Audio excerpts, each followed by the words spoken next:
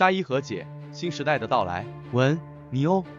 3月10日，在西方媒体毫无征兆的情况下，中国、沙特、伊朗3国突然在北京发布联合声明，宣布在中国的主持下，沙特和伊朗达成了一份协议，在最多2个月之内重开双方大使馆和代表机构。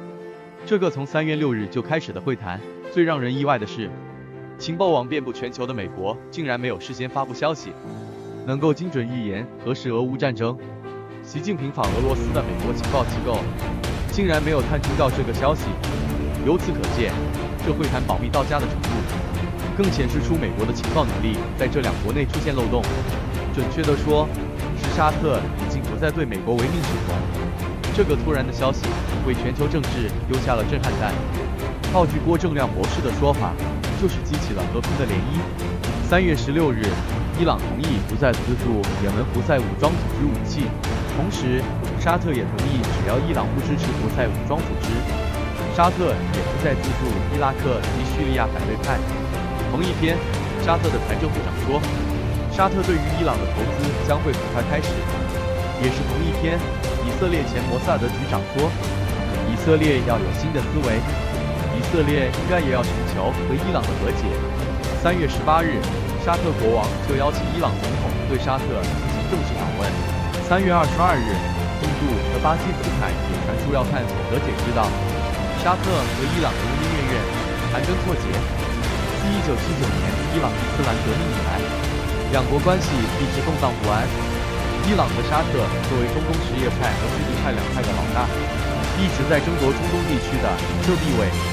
他们在几个世纪前就开始意识形态斗争，这反映在黎巴嫩、巴基斯坦、叙利亚、伊拉克和也门在内的许多地方的教派冲突中。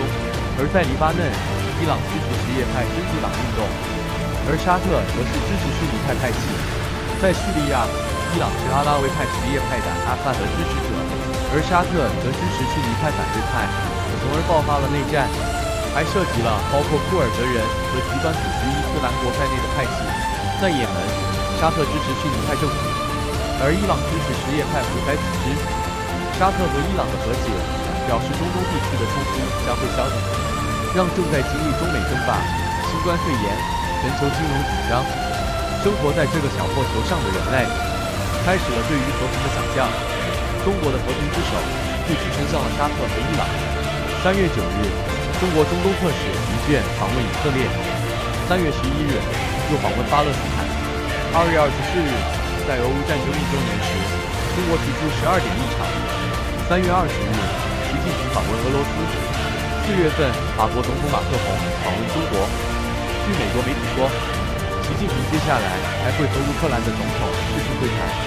柯文哲说过，仇恨是最廉价的政治工具。和平虽然露出了曙光，但却仍然遥遥无期。接下来难免会有人想要从中破坏。渴望和平的人们要能够不被煽动仇恨，要能够忍得住挑衅，这些都需要定力，而定力却是现今这个浮躁的世界欠缺的。由奉行搅屎棍策略的美国带领全世界近70年，让美国以外的区域都陷入动荡之中，而中国的大局策略为在动荡黑暗之中的全球发展提供新的曙光。中国提出的人类命运共同体集散体制口号，将会是接下来全球人类的普世价值。